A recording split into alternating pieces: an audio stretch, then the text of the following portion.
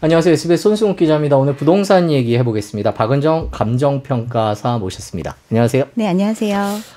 저희가 이제 여쭤볼 게 참 많은데 집값이 요즘에 가닥을 잡기가 힘들어서 기사들이 엇갈려서요. 먼저 오늘 방금 나온 연합뉴스 기사를 하나 보고 가도록 하겠습니다. 집값 하락폭이 3개월 연속 둔화됐다라는 기사인데요. 첫 문장이 어떻게 되어 있냐면 최근 급매물 거래 증가와 시중 금리 인하 효과 등으로 주택 가격 하락폭이 석 달 연속 둔화했다. 이게 첫 문장인데요. 일단 떨어지고 있다는 얘기는 맞는 것 같아요. 그러니까 근데 뭐 낙폭이 줄어들고 있다 그러면서 묘한 분위기를 풍기는데 네네. 요즘 부동산 시장 어떻게 보고 계세요? 일단 급매물이 소진되고 있는 거는 현상으로 나타나고는 있습니다. 네. 왜냐하면 1.3 대책이 나온 이후에 특례 보금자리론이라든가 또 그다음에 시중금리 자체도 사실은 가장 극단의 상황에 갔을 때보다는 금리가 내려와 있는 상황이기 때문에 2021년 뭐 22년 초 뭐 이 정도의 비슷한 조건으로 지금 대출이 가능하다 보니까 그때 참여하지 못해서 어떤 좀 소외감을 느꼈던 계층들에서는 지금 그때보다는 집값이 좀 떨어져 있는 상태니까 지금이 좀 기회가 아닐까 이런 마음에서 조금 많이 하락폭이 좀 있었던 지역을 중심으로 좀 매매가 살아난 부분은 있습니다. 근데 기본적으로 이제 시장이 어떤 하락세를 보일 때도 이게 직선으로 뚝 떨어지는 건 아니거든요. 네. 그러니까 중간중간에 조금 반등했다가 떨어졌다 반등했다 떨어졌다 이렇게 데드캣 바운스라고 하는 약간 그런 모습을 보이는데 그런 전형적인 형태가 아닐까 이렇게 생각을 합니다. 최근에 집값 반등론이라고 그래갖고 이제 바닥이다 뭐 이런 얘기 나왔잖아요. 바닥을 논하기에는 너무 빠른 거 아닐까요? 그러니까. 근데 이제 지금도 그런 얘기를 하시는 분들 보면 거래량 얘기를 먼저 제일 많이 하거든요. 네. 그 거래량에 대해서는 어떻게 생각하세요? 부동산이라는 굉장히 개별적인 특성을 가지고 있는 상품이에요. 그런 것들을 총체적으로 모아놨을 때 거래량을 가지고 이제 우리는 이야기를 하는 건데 일단 절대적인 거래량 자체는 아직도 시장의 반등을 논하기에는 굉장히 미약한 수준이다. 통상적인 수준의 평년 월별 거래량, 계절적인 영향이 있지만 그걸 기준으로 해서 봤을 때도 한 4, 5천 건 이상은 이제 거래가 됐었고요. 그다음에 연끌이 가장 극심하던 시기에는 서울 기준으로 한 달에 15,000건에서 17,000건까지 거래가 됐었거든요. 근데 지금은 이제 1,000건 이하의 거래량을 보인 게 한 반년 이상 유지가 됐었고 이제 1월까지도 사실은 거래량이 네. 없었어요. 그리고 거래량 속에는 또 이제 LH나 SH에서 매입한 부분까지도 포함된 거래량임에도 불구하고 1,000건이 안 되는 수준을 보였다는 그런 시장이었거든요. 그런데 규제 완화가 이루어지고 난 이후에 어떤 특례 보금자리론이 풀리고 또 시중 금리 자체도 조금 조정되는 상황이 오다 보니까 그 이후에 이제 거래량이 좀 늘어났는데 그 부분이 지금 2,000건을 조금 넘는 정도. 사실 그 안에도 또 매입 부분들도 포함이 되어 있는 수치이기도 하고. 매입 부분이요? 공기업에서 매입해 주는 부분들 있잖아요. 미분양이라든가 아니면은 네. 뭐 매입 임대 목적으로 구입하는 물량들 뭐 이런 물량들이 포함돼서 이제 2,000건이 좀 넘어가는 형태로 나타나고 있거든요. 네. 그래서 그리고 또 그 거래되는 지역들도 구체적으로 이렇게 살펴보면 어떤 전반적인 시장의 평균적인 지역의 아파트의 거래량이 막 늘어났다 이런 것보다는 기존에 과도하게 올랐던 지역에서 좀 조정폭이 컸던 지역들, 뭐 노도강이 한참 이제 네. 연끌들이 성지였었는데 그쪽 지역의 가격이 많이 폭락을 했었다가 조금 이제 그런 지역에 이제 매수세가 좀 유입이 되면서 그런 거래들이 좀 늘어난 형태라고 볼 수는 있지만 거래량 자체는 너무나 어떤 시장의 반등을 논하기에는 절대적인 양 자체가 그렇게 많지 않다라고 볼 수 있습니다. 네. 거래량은 정상적인 그 평균에 많이 못 미친다 이렇게 평가하면 될까요? 조금 더 기간을 늘려서 생각을 해볼 필요가 있는 거죠. 어쨌든 시장에서 수요와 공급이 있으면 적정 가격이 아니더라도 일정 수준에서 내가 지금은 조금 빠졌으니까 들어오려는 수요가 있을 수 있고 그런 선택을 하시는 분들이 있을 수는 있잖아요. 그렇지만 그게 일반적인 시장의 판단이라고 여겨지기에는 아직 굉장히 단기간의 상태이고 이게 꾸준히 유지가 되면서 거래량이 막 쭉쭉 늘어난다. 이러면은 이제 또 조금 상황을 달리 볼 수 있지만 아직은 그런 판단을 할 시기는 아니라고 생각합니다. 지금 금리가 올라가는 상황이 왜 왔는지를 생각을 해보면 그동안 너무나 많은 돈을 쉽게 풀어놨기 때문에 저금리 거의 0%대 금리, 초저금리로 지금 금리를 하면서 이렇게 대출을 해준 상황이잖아요. 시중에 돈이 많이 풀리고 그 영향이 인플레이션이라는 이제 부작용을 가지고 온 상태예요. 이런 시장 상황에서 인플레이션이 왔을 때는 실질적으로 자산 가치의 상승도 일어날 수는 있지만 지금은 어떤 자산 가치가 과도하게 풀린 유동성으로 심하게 금융 불균형 상태로 굉장히 괴리가 되어 있는 상태에서 인플레이션이 온 거예요. 그러면 이제 자산의 인플레이션보다는 이제 생필품의 인플레이션, 임금의 인플레이션까지 최종적인 단계로 가는, 정말 인플레이션이 고착화될 수 있는 단계로 가는 거거든요. 그런 상황이 왔을 때는 자산이 올라가고 내려가는 건 사실 일반적인 사람들한테는 큰 영향이 없어요. 근데 일반적인 서민들이 살아가는데 실질적으로 물가가 올라가고 있다라고 체감하는 게 이제 오는 상황이 왔고 그 상황이 장기화될 것으로 보여지고 지금 상황을 유지하다 보면 그 속도가 굉장히 빨라질 거로 지금 여겨지기 때문에 긴축으로 들어간 거거든요. 네. 이 시장의 전반적인 상황이 이렇고 그러면 그 얘기는 풀린 인플레이션, 풀린 돈이 많기 때문에 인플레이션이 왔고 그럼 풀린 돈을 회수하는 과정을 거쳐야 인플레이션을 잡을 수 있다. 이게 기본 명제거든요. 근데 지금 이제 우리나라 같은 경우는 반대의 상황으로 갔어요. 지금 금리 인상을 멈출 수 있는 거는 오히려 더 안 좋은 거거든요. 인플레이션을 하면서 경기가 이걸 받아줄 수 있는 상황이라면 계속 긴축으로 갈 수 있지만 그렇지 않은 상황이 왔을 때는 금리 인상을 멈출 수밖에 없는 거거든요. 그 얘기는 더 심각한 경기 침체가 예정되어 있다. 이런 상황이고 우리나라 같은 경우는 이런 어떤 전반적인 글로벌 상황하고는 역행되는 지금 조치를 하고 있거든요. 그 이유는 그만큼 경제적으로 우리나라 경기가 그만큼 안 좋은 상황이고 지금 금리를 이렇게 낮춰주고 눌러주고 있음에도 불구하고 연체율이 증가하고 사람들이 지금 이렇게 눌러놓은 금리도 견뎌내기 힘든 정도의 상황이라는 거거든요. 굉장히 심각한 거죠. 근데 이 상황 어떤 일시적인 정부가 부채를 막 내가면서 정책 자금을 풀어주고 또 부족한 부분은 이제 정부가 어쨌든 돈을 내면서 이걸 유지하는 거잖아요. 그런 일시적인 상황을 그럼 정부가 계속해서 유지해 줄 수 있느냐를 생각을 해야 되거든요. 근데 정부가 화수분이 아니기 때문에 이 정책의 영향이 한시적으로밖에 이어질 수밖에 없고 또 그 상황이 그럼 단기적인 상황에서 이런 선택을 했을 때 그 이후에 후폭풍이나 이런 부분을 감당할 수 있느냐 이런 부분을 우리는 생각을 해봐야 되는데 당장 이제 금리가 좀 낮아졌다 이런 것 때문에 이제 판단을 하시는 분들도 좀 있긴 해가지고 저는 좀 안타깝게 생각을 합니다. 네, 그렇군요. 평가사님께서는 부동산 시장 집값을 전망할 때 또 어떤 다른 요소들을 중요하게 보세요? 저는 이제 부동산 시장에서 영향을 미치는 요소들은 부동산도 이제 일반적인 재화와 일단 기본적인 맥락은 같이 하거든요. 그래서 수요와 공급적인 측면을 고려를 해야 되고 그 다음에는 다른 어떤 재화보다 심리적인 요인이 많이 영향을 미치는 그런 시장이라고 볼 수 있어요. 근데 이제 부동산 시장의 어떤 정보도 굉장히 폐쇄적이고 어떤 거래에 있어서도 굉장히 개별적인 특성을 가지고 있는 게 부동산이거든요. 근데 이런 부분에 대해서 조금 정량화하고 데이터화하기 위해서 어떤 통계 자료도 많이 발표가 되고 그런 지수들이 많이 공표가 되는데 그것만 가지고 어떤 전체적인 시장을 판단하는 거는 조금 무리가 있다고 생각을 합니다. 그래서 거래량을 주된 어떤 지표로 생각을 하고요.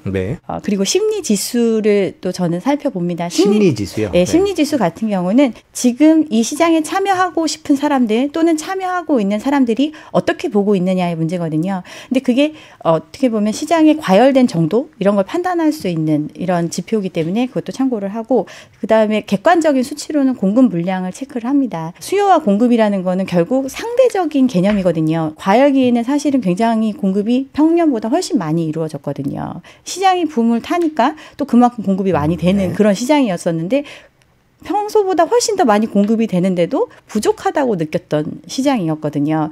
그래서 이제 그런 지표를 일단 기준을 가지고 볼 수 있다고 저는 생각을 해서 그런 걸 보고 결국은 주택이라는 상품에 한정지어서 생각을 해보면 이 주택시장의 최종적인 소비자가 누구냐를 생각을 해야 된다고 저는 생각합니다. 그러니까 주택시장의 최종 소비자는 결국 내 주변에 있는 사람들이거든요. 그 사람들이 그러면 어느 정도의 소득 수준을 가지고 있고 어느 정도를 기꺼이 주거 비용으로 지불할 수 있는가 이걸 기준으로 판단을 해야 되고 그 사람들이 그런 과연 소득을 얼만큼 모아서 이 집을 살 수 있는가 구매 능력을 봐야 되잖아요. 그래서 이제 PIR을 또 참고를 합니다. 최근에 심리지표와 관련돼서 나온 기사가 하나 있는데요.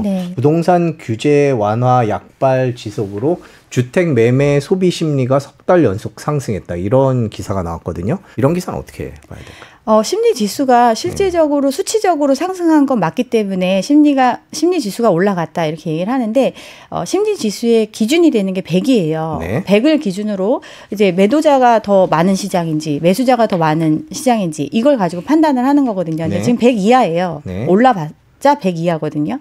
근데 과열됐던 시기에는 거의 200 가까이 올라갔었거든요. 네, 그 심리 지수가. 근데 지금 뭐 주변에서 반등한다는 얘기도 많이 나오고 급매물이 소진됐다는 얘기도 나오고 또 대출도 예전과 비슷한 조건으로 받을 수 있다라는 얘기가 나오니까 사람들이 예전보다는 얼어붙었던 그 마음보다는 조금 녹아있는 상태. 그래서 좀 물어보는 사람도 늘어나고 이런 게 심리 지수에 반영이 되는 거죠. 그렇지만 극도로 과열됐던 시기와 비교해 봤을 때는 굉장히 지금 괴리감이 있는 상황이고 또 그냥 이렇게 과열되지 않았던 시장에서도 기본적인 어느 정도의 수준이 있잖아요. 그런 거와 비추어 봤을 때는 아직도 뭐 얼어붙어 있는 시장이라고 생각을 합니다. 또 부동산이라는 게 사고 싶다는 마음만 가지고 살 수 있는 물건이 아니거든요. 결국은 내가 어느 정도 자산을 가지고 유효 수요로서 내가 이걸 진짜 구매할 수 있는 능력을 갖춘 사람이 사고 싶어야 되는 거거든요. 근데 지금 돈 갖고 있는 사람들은 살 생각이 없잖아요. 네, 그런 상황이라고 보시면 됩니다. 우리나라 가계부채 문제가 굉장히 지금 심각해진 상황이 됐는데 부동산 과열기에 맞추어서 부채의 규모도 굉장히 커졌거든요. 2016년도만 해도 뭐 1000조도 위험하다 막 이랬었는데 지금 1870조까지 올라가 있는 상황이에요. 5년도 안 되는 시간 안에 거의 2배 가까이 가계부채가 늘어난 상황이잖아요. 근데 이 가계부채가 증가한 원인을 살펴보면 대부분 부동산 구입을 통해서 가계부채가 증가를 했어요.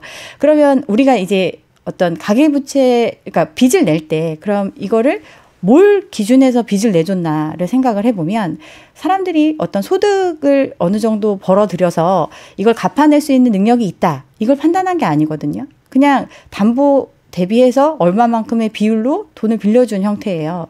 그러면 지금 집을 사느라고 돈을 빌린 사람들이 과연 이 돈을 다 갚아낼 수 있는 능력이 있느냐 이런 부분은 전혀 검증되지 않은 상황이거든요. 뭐 6억짜리 집을 갖고 있으면 66에 36, 뭐 3억 6천은 대출을 해주고 남은 이 3억 6천은 이 사람이 정말 소득을 통해서 꾸준히 갚아낼 수 있느냐는 안 본 시장이었거든요. 그런 시장이었다가 이제는 어떤 전반적인 금융 규제나 이런 부분들에 비추어 봤을 때 DSR이 도입이 된 거잖아요. 이제 그걸 보고 빌려주는 시장이 왔고 그럼 과연 사람들이 지금 말하는 집값 대비해서 그만큼의 빚을 내놨는데 이걸 감당할 수 있느냐 이런 문제를 생각을 해보면 굉장히 좀 심각한 상황이라고 볼 수 있습니다. 매수자와 매도자의 심리는 지금 시장 상황은 어떻다고 봐야 될까요? 네. 매수자 입장에서는 이제 사고 싶은 마음이 조금은 살아나는 생각이 드는 시점이긴 하지만 아직도 이 금액 자체가 닿을 수 없는 금액이라는 거를 인지하고 있는 상황. 그래서 시장을 자의적이든 아니면 타의에 의해서든 관망할 수밖에 없는 상황이죠. 그러니까 집을 내가 만약에 지금 사고 싶은 마음이 있고 살 수 있는 능력을 갖춰야 되는데 살 수 있는 능력 자체가 대출의 비율에 따라서 결정이 되잖아요.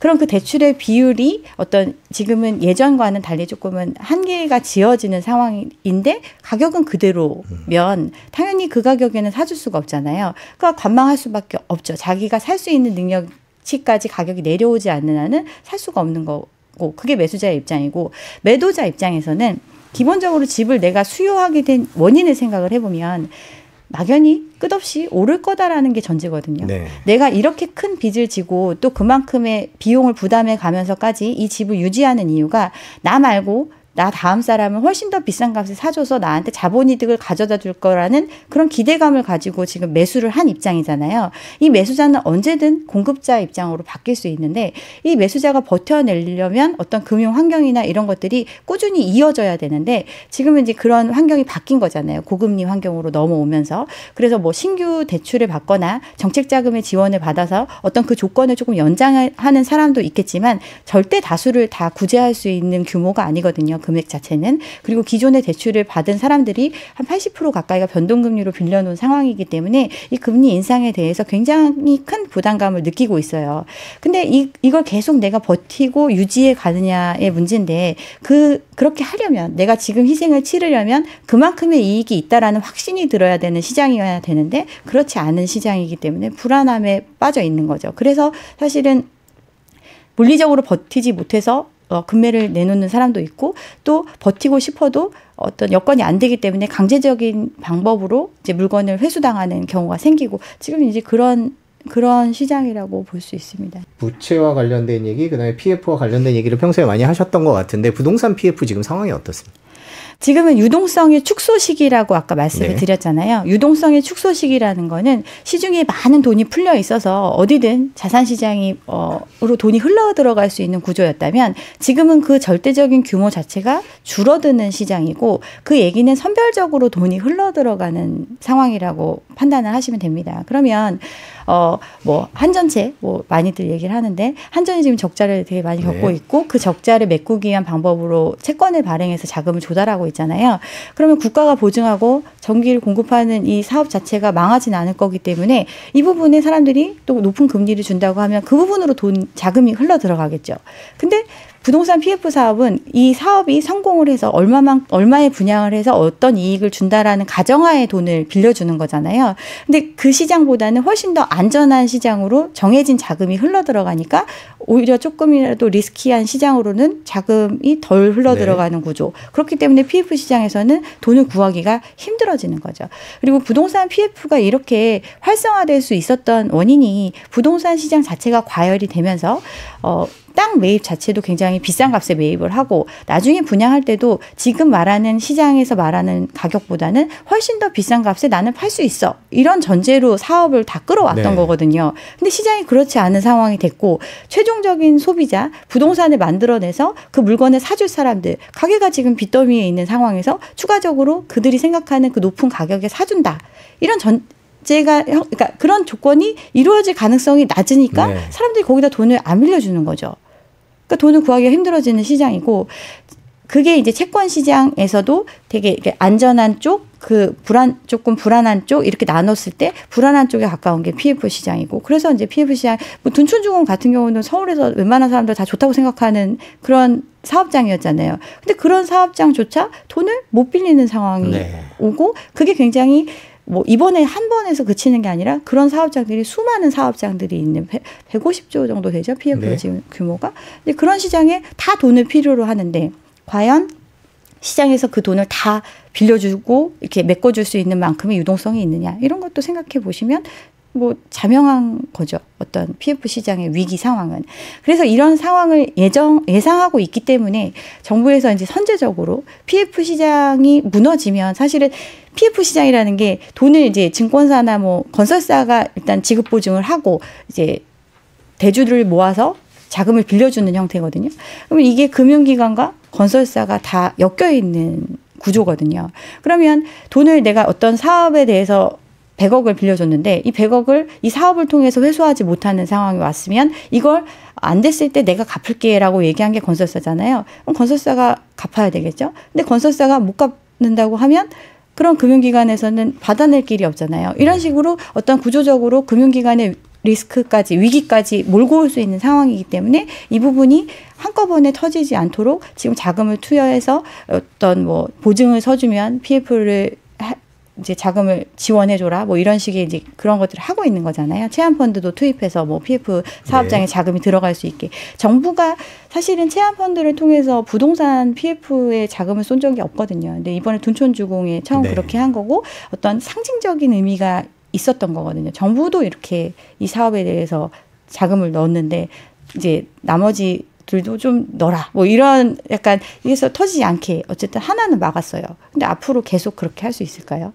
이제 그런 부분들을 생각하면 좀 위기가 굉장히 심각하고 또 지금 어떤 시장이 그럼 좋아질 거라는 기대가 있어야 되는데 결국 지금 시장 자체가 좋아질 거라는 기대를 하기에는 지금 상황이 너무 안 좋잖아요. 미분양 물량도 쌓이고 있고 또 PF 같은 경우 뭐 서울뿐 아니라 뭐 전국이 지금 공사판일 정도로 많이 땅들을 매입해가지고 사업을 벌려놓고 있잖아요. 하반기에 위기가 올 수 있다 이렇게 걱정하시는 분들인데 개인적으로는 어떻게 보고 계세요? 저는 2분기 말 정도는 되면 좀 이제 상황이 가시화되지 않을까. 6월 정도. 네, 그렇게 생각을 하는데 일단은 2분기에 이제 그 신종자본증권 뭐 이런 어떤 콜옵션 이런 자금들이 다 몰려 있잖아요. 그러면 일부는 돈을 못 구하는 상황이 오고 그럼 돈을 못 구하는 상황이 왔을 때 방법이 없잖아요. 정리를 하는 수밖에. 그러니까 사실은 거품이 꺼지는 과정은 이런 어떤 손실을 보는 사람들, 누군가는 이 비용을 부담하는 사람이 나타나야지 그 부분이 해결이 되는 거거든요. 경착륙을 막아보려고 지금 연착륙을 해보려고 시도하고 하고 있거든요. 여러 가지 제도를 통해서 규제 네. 완화를 통해서 어떻게 가능할 거라고 보세요? 어떻게 전망하세요? 일단 이제 경착륙을 막기 위한 조치로 지금 하고 있다라는 거는 기본적으로 이제 하방을 그린다는 뜻이잖아요. 근데 이제 경착륙을 막는 이유는 이 중간중간에라도 빠져나갈 수 있는 시간을 벌어주는 개념이라고 생각을 하시면 돼요. 지금과 같이 이제 정책 자금을 풀어서 어쨌든 시장의 수요나 심리가 좀 살아나고 있는 시장에서 그래도 유망한 지역에 뭐 분양을 한다. 그런데 그런 사업장들은 자구책을 마련해서 빠져나갈 수 있잖아요. 네. 그런 식으로. 근데 뭐 지금은 뭐 예전에 평당 4천만 원 하던 게 뭐 3,500에 나왔다. 그러면 이제 사람들이 이런 건 내가 사도 된다라고 생각해서 들어와서 시장에서 수요를 해주고 어떤 소화가 되면 그 사업장 같은 경우는 어느 정도 해결이 될 수 있는 건데 네. 만약에 경착륙이 되면 4천만 원 하던 게 주변이 다 2천만 원 하는데 이 원가적으로 내지는 이 사업 구조 자체가 3천은 받아야지 살아남을 수 있는 구조다. 이러면은 살아남을 수가 없잖아요. 아예 지금 시장 상황이 이렇게 경착륙을 해버리면. 그래서 이런 부분들을 고려해서 약간 그 속도나 어떤 시간 너무나 급격하게 떨어지는 걸 막기 위한 조치로 이런 걸 하는 거라고 생각을 할 수 있는데 근본적인 문제는 결국 이걸 다 받아줄 수요가 없는 시장이기 때문에 경착륙은 피할 수 없는 현상이지 않을까 이렇게 생각을 합니다. 그럼 올 하반기 집값은 어떻게 전망하세요? 실거래가는 굉장히 이제 개별적인 거래잖아요. 그리고 실거래가에 대한 신뢰도 문제도 굉장히 어떻게 보면 우리가 짚고 넘어가야 할 문제거든요. 근데 기본적으로 어디서 얼마에 팔렸다 하면 호가 자체가 시장이 뭐 상방으로 가는 시장이면 기존 실거래가 대비해서 높은 가격을 부를 거고 만약에 시장이 좀 정체된 시장이면 비슷한 수준으로 부르거나 조금 이제 내려가는 이런 모습을 보이는데 이 실거래가가 과연 지금 현 시장의 상황을 대변할 수 있는지를 생각을 해보면 그 실거래가를 통해서 그 이후에 후속 거래가 추격 매수가 이루어진다거나 후속 거래가 막 빵빵빵 터지면서 이 가격이 정말 적정 가격임을 시장에서 객관적으로 증명할 수 있는 그런 게 결국은 시장 가격이잖아요. 근데 안 팔리는 시장에서는 아무도 몰라요, 사실. 안 팔리는 시장에서는 뭐 어떤 단지 같은 경우는 뭐 1년 동안 한 채도 거래가 안 되는 시장인데 주변에 이제 얼마에 팔렸다고 하니까 거기 대비해서 우리가 나쁜 게 뭐가 있어 또는 우리가 그거보단 조금 안 좋으니까 뭐 몇천 싸다 뭐 이렇게 생각하면서 개념적으로 갖고 있는 게 가격이지 실질적으로 그 가격이 정말 시장에서 통용될 수 있는 가격이냐 이런 부분을 생각해 보면 굉장히 어려운 문제거든요. 그래서 우리가 예전에 과거에 침체기를 겪을 때도 주택 가격의 하락률은 그렇게 크진 않았어요. 이유는 실제로 내가 사용하고 있는 사람들이 대다수인 경우잖아요. 그러니까 내가 자가로 살면서 내가 사용하고 있는 물건이기 때문에 이거에 대한 가격 자체를 낮추지는 않으니까 그 가격을 기초로 어떤 지수나 이런 것들이 산정되다 보니까 굉장히 이렇게 완만히 떨어지는 모습 이렇게 여겨졌지만 실질적으로 거래되는 거 이 시장에서 소화될 수 있는 가격은 뭐 경매를 통해서 낙찰되는 가격이라든가 사실은 그 가격이 아니면 누가 섣불리 사주지 않는 시장 완전히 얼어붙은 시장이기 때문에 이제 그런 걸 고려한다면 지금보다는 현저히 많이 떨어지지 않을까 이렇게 생각을 합니다. 호가도 굉장히 매도인이 팔기를 희망하는 가격이거든요. 네. 그러면 이제 자기가 매입했던 금액보다는 낮추는 게 쉽지가 않아요. 그래서 계속해서 호가가 유지되는 상태가 되고 근데 그 시장에서 그 호가를 유지해도 어느 정도 방매를 했을 때 팔린다. 그러면 그 가격이 어느 정도 받아들여지는 가격이겠지만 그러면 안 팔리거든요. 지금 소화되는 것도 급매물만 소화되잖아요. 뭐 예를 들면 뭐 여기 단지 시세가 15억이라고 하지만 실제 거래된 거는 10억짜리만 거래되고 이런 거잖아요. 근데 거기 갖고 계신 분들은 15억이라고 생각하고 10억은 그냥 사정이 있을 거야 이렇게 생각을 하잖아요. 근데 실질적으로는 그 15억에 소화해 줄 수 있는 수요가 있는 시장은 아니라는 거죠. 내 집 마련을 하려고 하면서 그런 판단을 하시는 분들은 어떤 가격을 보는 게 맞을까요? 시장이 정상적인 시장, 정말 투기 수요가 완전히 사라진 시장의 가격을 생각을 하면 2013년, 14년도 뭐 이 정도 굉장히 오랜 기간 동안 동일한 수준을 유지했던 그 시기가 있거든요. 네. 그런 시기에는 전세가도 그렇고 매매가도 그렇고 굉장히 안정된 또는 전세가는 조금 더 올라가는 형태 그 정도의 가격을 기준 삼고 그때보다 그 과거 시점이니까 그때보다 조금 더 이제 어떤 소득 수준의 향상이라든가 내가 생각하는 물가에 대한 그 개념이 있잖아요. 그런 것들을 감안했을 때 거기서 몇 프로 정도 업이 되는 정도가 정상 가격이다. 이런 판단 기준을 가지실 필요가 있다고 생각을 합니다. 그렇군요. 네. 그냥 단순히 실거래가 호가 움직임만 보기보다는 어느 지역적인 특성 뭐 이런 그렇죠. 걸 감안을 해야 된다는 말씀이신 거군요. 네네. 지금 거래량이 늘어난 거는 크게 의미는 없다 이렇게 보고 계시는 거죠? 그렇죠. 이 거래량에서 계속해서 증가가 되면서 전반적으로 시장에서 이제 거래량이 늘어나는 형태 그 상황이 조금 더 그러니까 단기적으로 지금 판단할 수는 없는 시장이라고 생각을 하시면 돼요. 그리고 이 수치 자체가 일반적인 상황에서 이만큼 올라온 게 아니거든요. 정책 자금을 풀어주고 모든 규제를 풀어줘서 지금 이 정도의 거래량을 보이는 거면 사실은 이런 혜택을 줬는데도 이거밖에 안 돼라는 판단을 하실 수도 있는 거거든요. 네. 그렇군요. 2030들이 이제 부동산에 대해 갖고 있는 생각 자체가 부동산은 나한테 어떤 나의 자산을 지키는데 또는 나의 자산을 증식시키는데 도움이 되고 있어 라는 걸 이제 경험하신 분들은 그때와 비슷한 조건으로 그때보다는 좀 떨어진 가격으로 살 수 있다라는 생각을 가지니까 이제 유입이 될 수 있겠죠. 특히나 생애 최초 주택 마련에 대한 혜택이 굉장히 많잖아요. 이제 그런 부분들을 활용하면 언젠가는 집값이 오를 거다. 우리나라 부동산 시장은 한 번도 꺼진 적이 없다. 이런 믿음이 있으신 분들은 매수에 참여할 수도 있겠죠. 근데 이 정책 자체가 어떻게 보면 새로운 희생자를 또 끌어들이는 시장이라고 생각을 하시면 될 것 같습니다. 어떻게 보면 경착륙을 막는다는 거는 가게를 위해서 경착륙을 막는 게 아니에요. 이미 집을 산 사람들은 그러니까 소비를 한 거예요. 그 사람들이 나중에 뭐 자본이득을 얻기 위해서 또 팔 수도 있겠지만 기본적으로는 집을 사고 끝난 거거든요. 그 집을 만들어 파는 사람들은 이미 물건을 팔고 끝난 거예요. 근데 지금 신규 수요로 이제 들어와가지고 이렇게 새로운 사람들이 들어와서 사라. 이런 사람들이 사줌으로써 가격이 떨어지는 속도를 좀 늦출 수 있는 환경이 됐잖아요.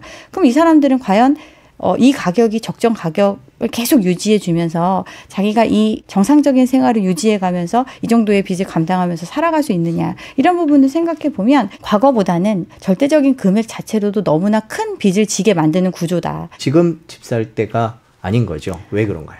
아니죠. 상식에 비추어 생각을 해도 지금 집값 자체가 굉장히 높은 수준이잖아요. 객관적인 상황을 생각을 해보셔야 되는데 불과 2017년 정도만 해도 잠실의 집값이 33평형 기준으로 10억이었어요. 10억이 안 됐거든요. 근데 지금 뭐 30억이 당연하다고 여겨지는 시장이 됐잖아요. 한 5년 만에. 이 상식에 비추어 봤을 때 과거에 그 10억이라는 집값을 유지하기까지도 굉장히 오랜 시간이 흘러서 10억에 다다른 건데 지금 10억에서 30억이 되는 데는 5년도 안 걸렸어요. 이 상황을 봤을 때 그럼 이 5년 동안에 우리가 우리나라 사람들이 엄청나게 막 자산이 늘어났느냐, 아니면 소득이 늘어났느냐, 이런 걸 생각해 봤을 때, 그거는 아니잖아요. 돈이 많이 풀려서 사실은 자산 가격이 이만큼 상승을 한 건데, 10수년간 유지되어 왔던, 차분히 올라왔던 가격과 5년 동안의 특수한 상황에서 풀린 유동성을 기초해서 형성된 가격과 이 사이의 괴리가 굉장히 크다면, 정상적인 상황으로 어느 정도 내려오는 시간이 필요하고, 그 과정을 아직 거치지 않은 단계인데, 지금 사람들은 조금 뭐 거래량이 살아난다, 뭐 또는 뭐 금리가 좀 이제 더 이상 안 오를 거다. 뭐 이건 사실은 그냥 기대거든요. 그런 거에 비추어서 지금 조금 예전보다 뭐 몇 억 빠졌으니까 과거에 낮은 가격, 어떤 거품이 끼기 전에 시작했던 가격도 고려를 해야 되는데 그걸 고려 안 하고 이 위의 가격에서만 생각을 하는 지금 그런 시장이니까 조금 더 관망하실 필요가 있다. 저는 그렇게 생각합니다. 그럼 어느 시기 정도의 가격이면 평가를 하시니까 항상 이 가치를 평가하시는 일을 하시니까 뭐 지역별로 다르기는 하겠지만 대체적으로 어느 정도 가격이다라고 보십니까? 시장 상황에 비추어 봤을 때는 저는 이제 2017년 이전의 금액을 기준으로 삼고 있습니다. 부동산 시장 질서 교란에 관한 그 연구 보고서가 발표된 적이 있어요. 형사정책연구원에서 발표한 100페이지 넘는 분량의 그런 이제 보고서가 있는데 거기에 보면 이 과열됐던 부동산 시장 그 기간에 얼마나 많은 부동산을 위한 어떤 마케팅 또는 뭐 약간은 편법적인 이런 행동들이 있었는지를 이렇게 볼 수 있거든요. 거기 다 이렇게 기술이 어떤 형태로 이제 가격을 띄우고 어떤 형태로 이제 가격을 내리고, 그러니까 내리는 건 아니고 어떤 형태로 이렇게 올리고 뭐 이런 것들이 있는데 거기서 제시한 끝맺음 말로 제시한 건 2015년의 가격이라도 지키기 위해서는 지금이라도 이런 부분을 바로잡아야 한다 이런 얘기를 하셨거든요.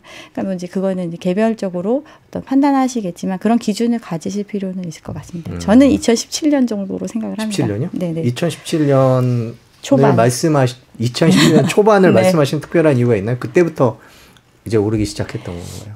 그 전부터 조금 오르기 시작을 했는데 사실은 뭐 그래도 이제 시장 상황이나 어떤 소득도 많이 올라온 부분도 있기 때문에 저는 네. 이제 그 정도 기준을 가지고 생각을 하고 있습니다. 네. 강남의 부동산은 떨어지지 않는다 또는 굉장히 수요할 사람이 많아서 나는 지금 부자가 아니지만 뭐 이 정도의 가격에도 충분히 사줄 사람들이 있다라는 믿음이 있어요, 사람들이.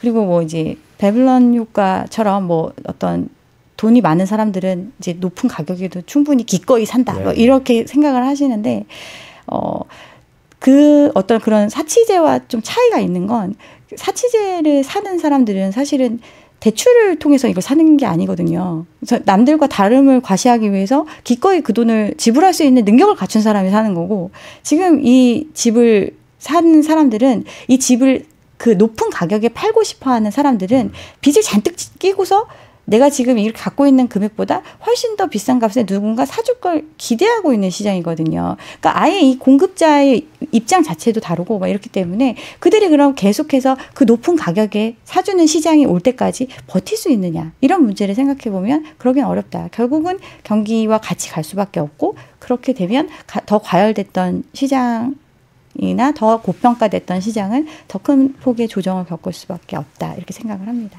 강남 지역은 추가로 더 떨어질 거다 이렇게 생각하고 계신 거죠? 네.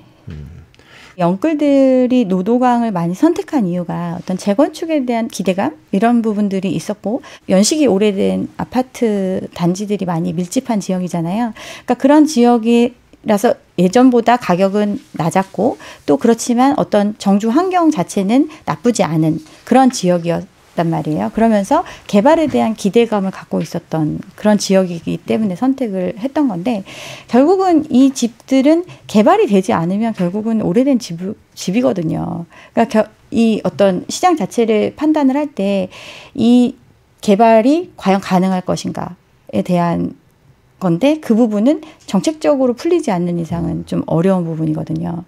그래서 정책적으로 풀리지 않은 현 상황에서 이게 이제 새로운 집으로 거듭나는데 들어가는 비용을 그 집을 소유하고 있는 사람들이 나눠낼 수 있는 능력이 되는 정도의 그런 시장인지를 판단을 해보면 실질적으로 지금보다는 가격이 낮아져야 사업성이 있을 거고, 네. 그렇게 된다면 이제 가격은 조금 사업이 진척되기 전까지는 좀 내려갈 수밖에 없다, 네. 이렇게 생각하시면 돼요. 최근 실거래가가 얼마에 네. 찍혔다. 네. 그래서 반등이다, 이렇게 얘기를 하는데, 이런 극소의 거래량을 가지고 이 시장의 반등을 논하는 것 자체가 저는 문제라고 생각을 네. 합니다. 근데 사람들한테는 어떤 기사를 통해서 이 지역에 진짜 그만큼 어떤 가격이 오르고 있다, 이런 시그널을 주고 있는 거잖아요, 언론에서. 그러면 사람들은 관심 자체가, 원래 부동산이라는 게 굉장히 광범위하고 자기가 속해 있는 지역만 알기도 사실은 쉽지 않거든요. 근데 이렇게 언론을 통해서 어느 지역이 반등한다 하고 어느 지역이 뭐 지금 바닥을 찍은 것 같다, 막 이런 얘기를 하면 그 실질적으로 그 지역의 수요자 말고도 이제 지방이나 이런 쪽에서 투자 목적으로 자금을 좀 갖고 계신 분들도 있잖아요. 그런 분들은 이제 이쪽에 와서 이제 실제로 매물을 확인하시는 분들도 있고, 전화해서 뭐 이렇게 하시는 분들도 있고, 이런 이제 어떤 관심을 끌어모으는 데는 충분한 역할을 하거든요. 근데 시장 자체가, 그러면 이제 그래서 그런 사람들이 어떤 매입을 하고 이게 계속해서 막 추격 매수가 이루어지고, 그러면서 어떤 가격 자체가 예전의 가격을 보이지 않는다. 그렇다면 어느 정도 반등을 한다고 볼 수는 있겠죠. 그렇지만 그 정도는 아니다. 뭐 예를 들면 뭐 김포 같은 데도 뭐 거래량이 늘었고 외지인 갭 투자가 늘어났다, 막 이런 기사가 네. 많이 나왔잖아요. 근데도 보면 그 거래를 보면 뭐 4억 하던 게 4억 2천에 팔리고 3억 8천에 팔리고, 이게 쭉 섞여 있어요. 이 얘기는 이 개별적인 물건 또는 그 갖고 있는 사람들의 상황, 뭐 이런 거에 따라서 그렇죠. 그 레인지 안에서 움직이는 거거든요. 근데 기사는 그 중에서 오른 거래 하나만을 찝어서 이만큼 올랐으니까 예전보다 3천만 원 올랐다, 그래서 반등이다, 이렇게 얘기를 하는 거거든요. 그래서 어떤 그런 얘기를 참고는 할 수 있지만 그걸 갖고 어떤 시장이 전반적인 흐름이 이렇구나, 이렇게 좀 순진하게 받아들이시지는 않으셨으면 좋겠습니다. 네, 거래량이 아주 적은 상황에서 일부의 거래만을 가지고 부풀린 기사는 경계하셔야 되겠다. 네네. 네, 그렇게 정리를 할 수 있겠습니다. 그럼 인천 지역 같은 경우에는 어떻게 전망을 하세요? 뭐 많이 떨어져서 네. 덜 떨어질 거라는 쪽과 많이 떨어진 만큼 더 떨어질 거다 뭐 이런 얘기 두 가지가 왔다 갔다 하는데. 근데 개인적으로는 인천 같은 경우는 워낙 개발할 수 있는 땅이 많아요. 네. 확장 가능성도 많고 이러다 보니까 이게 약간 지방의 도시들이 그렇거든요. 어떤 기존의 어떤 주택지 이렇게 새로 개발된 지역과 기존의 중심지가 있으면 기존의 중심지에서 새로 이제 아파트 값이 계속 유지되는 게 아니라 신도심으로 이제 그 어떤 중심이 옮겨가는 형태거든요. 근데 인천 자체도 굉장히 넓은데 예전에는 막 구시가지로 막 개발이 안 됐던 지역들이 뭐 다 재개발을 통해서 또는 택지 개발을 통해서 굉장히 많이 공급이 됐잖아요. 그러면 인천에 사는 수요는 정해져 있고 그 사람들이 선택할 수 있는 선택지가 또 양호한 선택지가 많이 늘어난 상태. 그런 인천으로 많은 사람들이 또 새로운 수요가 유입이 돼가지고 어떤 시장을 채워주면 가격이 더 올라갈 수는 있겠죠. 그렇지만 그러기에는 너무나 공급이 많다. 주변에 대체지가 너무 많다. 저는 개인적으로 그렇게 생각합니다. 마지막으로 좀 여쭙고 싶은 게 내 집 마련 생각하시는 분들은 바닥이 어디쯤인가 그게 제일 궁금하실 텐데 어떤 기준을 갖고 찾을 수 있을까요? 지금 이제 부동산 시장에 대한 관심이 굉장히 적어지는 시기가 오면 그만큼 어떤 투기 수요, 어떤 자산을 내가 실제로 수요하는 사람 말고 그 투기적인 수요가 배제된 시장이 된 거거든요. 그래서 주위에서 집 얘기 안 하는 시기, 네. 그런 시기가 와야 되고 그런 시기가 오면 사실은 정부 입장에서도 굉장히 세수가 많이 줄어드는 상황이 되기 때문에 부동산을 부양하기 위한 각종 정책을 내놓거든요. 근데 그중에 가장 큰 정책이 바로 어떤 나중에 시세 차익에 대한 그 기대감이 없는 시장이라면 양도세를 면제해주는 시장, 뭐 정말 최종적인 어떤 완화의 끝이거든요. 그런 신호가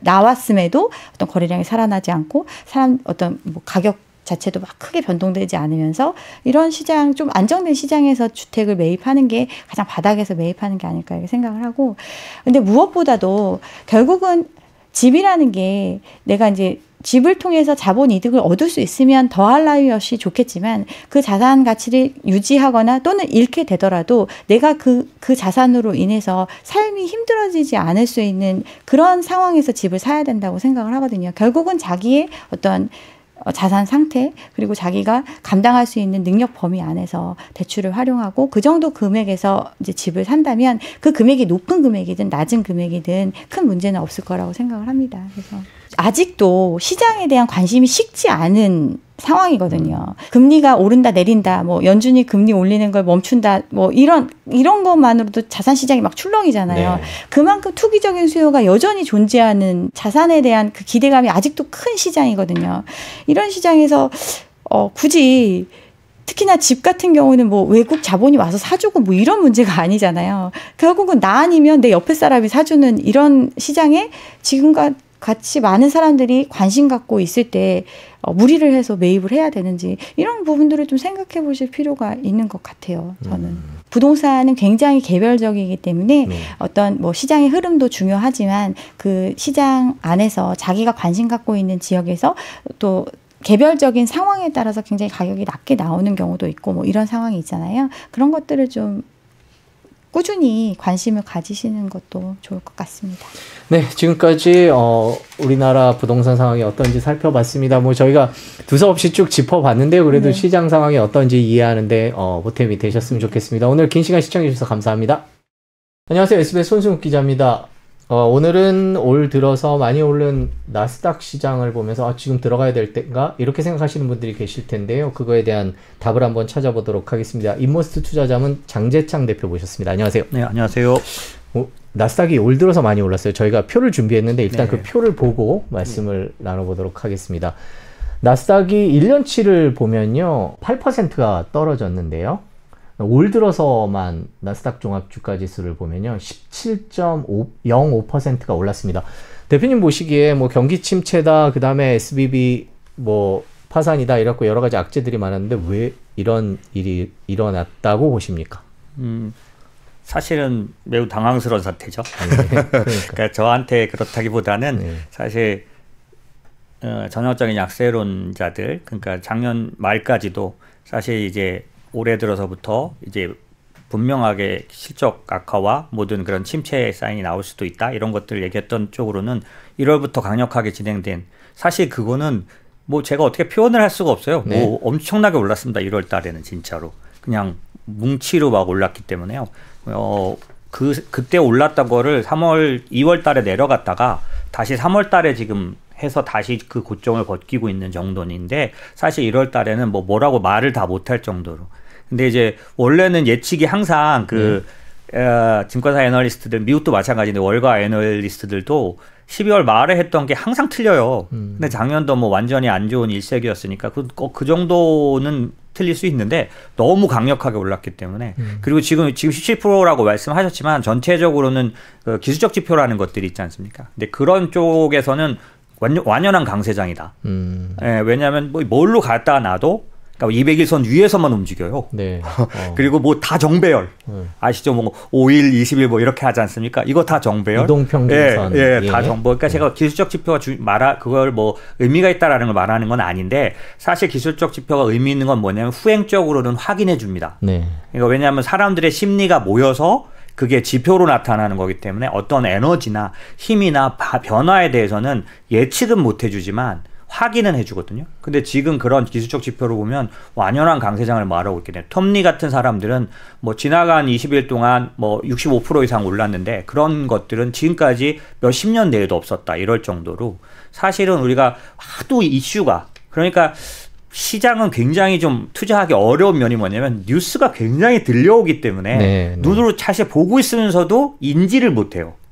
지금 말씀하신 이 17% 올랐다는 걸 또 깜짝 놀라시는 분 많으실걸요. 네. 17%는 인지를 못 하셨을 거예요. 근데 사실상은 시장은 이렇게 뉴스 안 보고요. 그냥 이렇게 보기만 하면 굉장히 좋은 장이에요. 네. 예.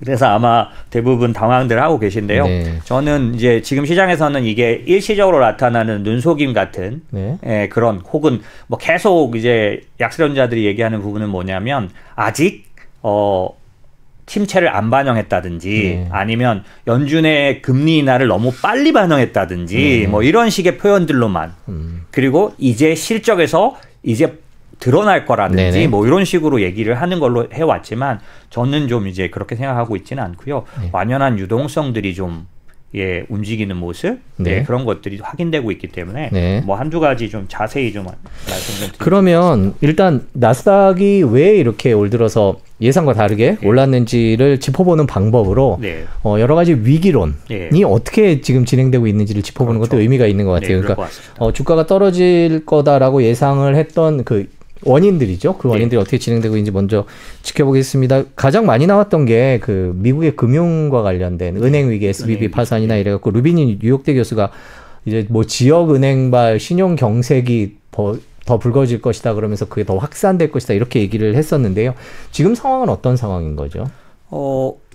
사실은 긴박했죠. 왜냐하면은 뭐 몇 개 실제로는 부도가 2개가 났는데 정확하게는 하나가 났는데 그 예금의 인출 속도가 역사상 최대였기 때문에 그래서 요즘은 뱅크 런이 아니라 뱅크 탭이란 말을 쓰죠. 스마트폰으로 다 모바일로 빼버리기 때문에 그러니까 모바일로 빼니까 그 속도가 역대급이었어요.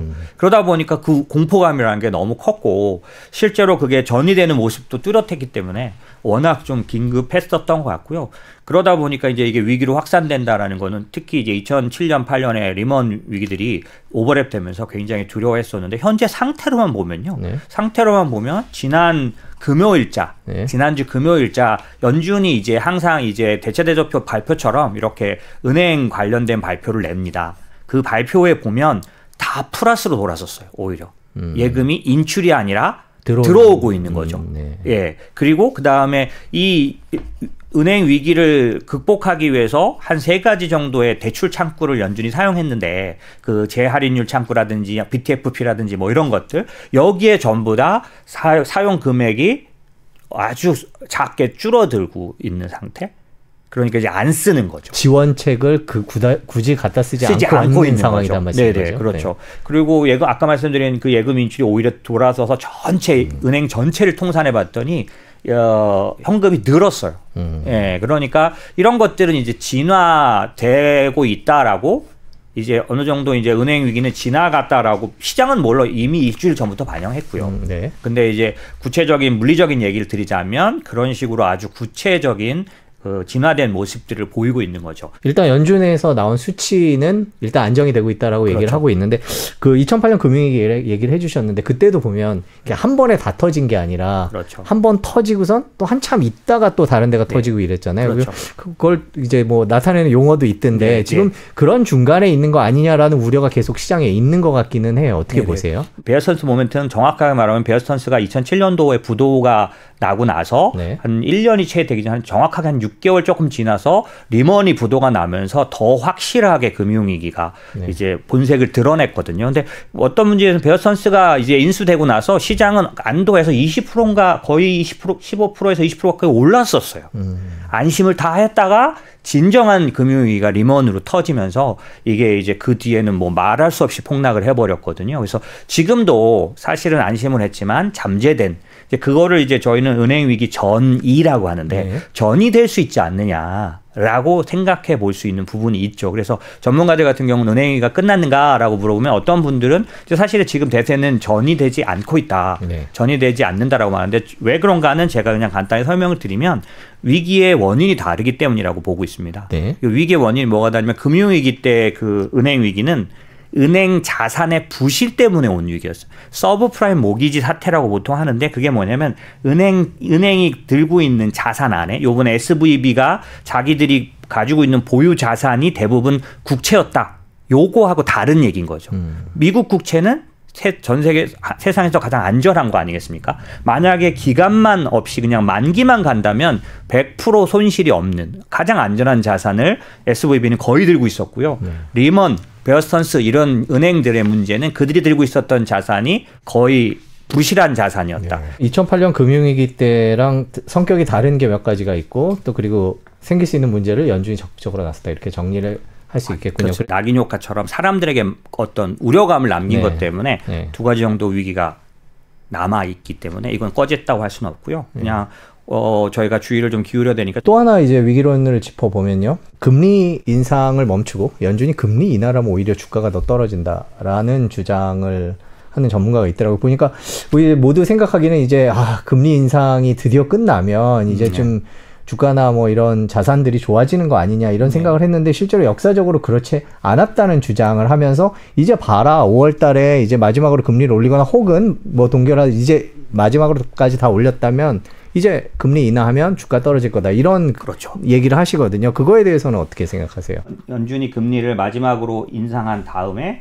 퍼스트 페드 컷이라고 그게 뭐냐면은 연준의 금리가 이제 그 금리 인하 첫 번째 한 거죠. 첫 번째 왼쪽에 금리나. 빨간색 동그라미 3개 중에 마지막 세 번째 동그라미거든요. 앞에 보면은 긴축이 진행되다가 처음으로 금리 인하를 한 게 패스트 컷인데 요때로부터 그러니까 주식이 올라가기 시작하는 때까지 거의 보시면은 9개월 이상 걸리는 거죠.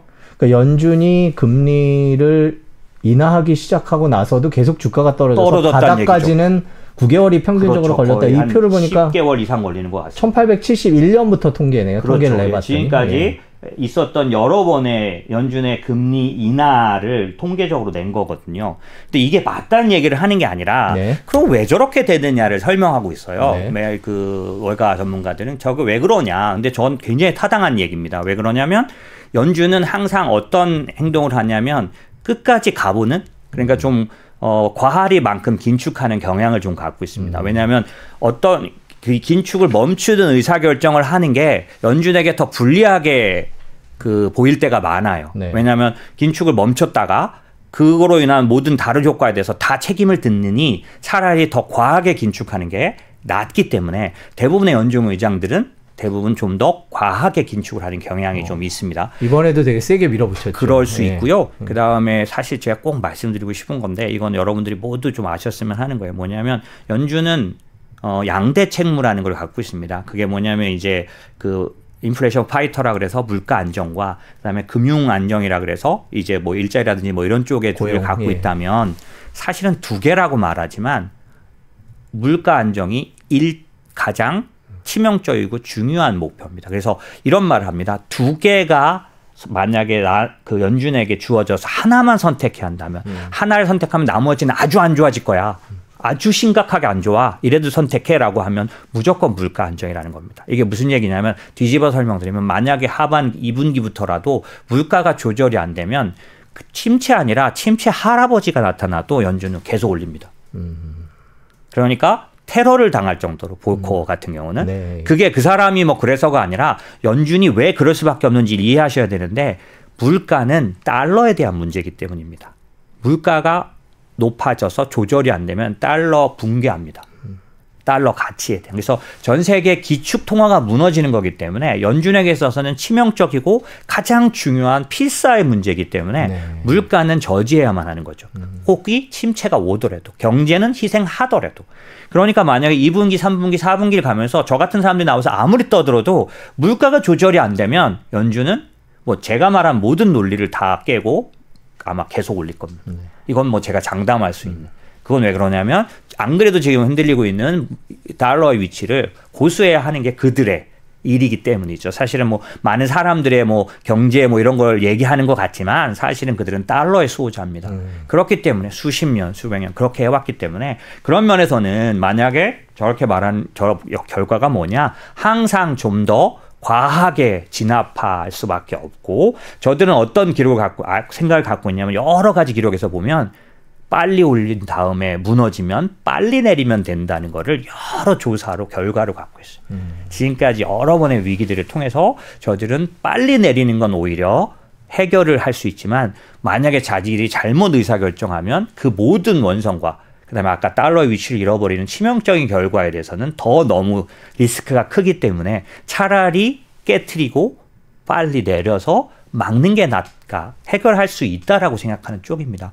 그렇기 때문에 매번 다 더 과하게 올렸을 거고 그러다 보니까 이제 침체에 빠진다고 해서 내리기 시작하면 이미 좀 과했기 때문에 그 결과는 시장에 이미 반영되고 있으니까 경기나 모든 것들은 아주 암울한 상태가 한 10개월에서 10몇 개월씩 진행될 수밖에 없었던 거다라는 거고 지금 약세론자들은 그런 걸 들어서 지금 만약에 5월이 마지막 금리 인상이라면 혹은 동결이라면 그 얼마 지나지 않아서 금리를 올린다고 할지라도 시장은 그걸 생각해서 주가가 오른다고 설명을 하는데 천만의 말씀이다. 기록은 그때 오르지 못하고 주가는 오히려 오랫동안 더 한동안 내려가게 돼 있다 이런 얘기를 하는 거예요. 그러니까 이 얘기가 왜 왔냐면 처음에 저희가 나눴던 왜 이렇게 장이 오르는 거야.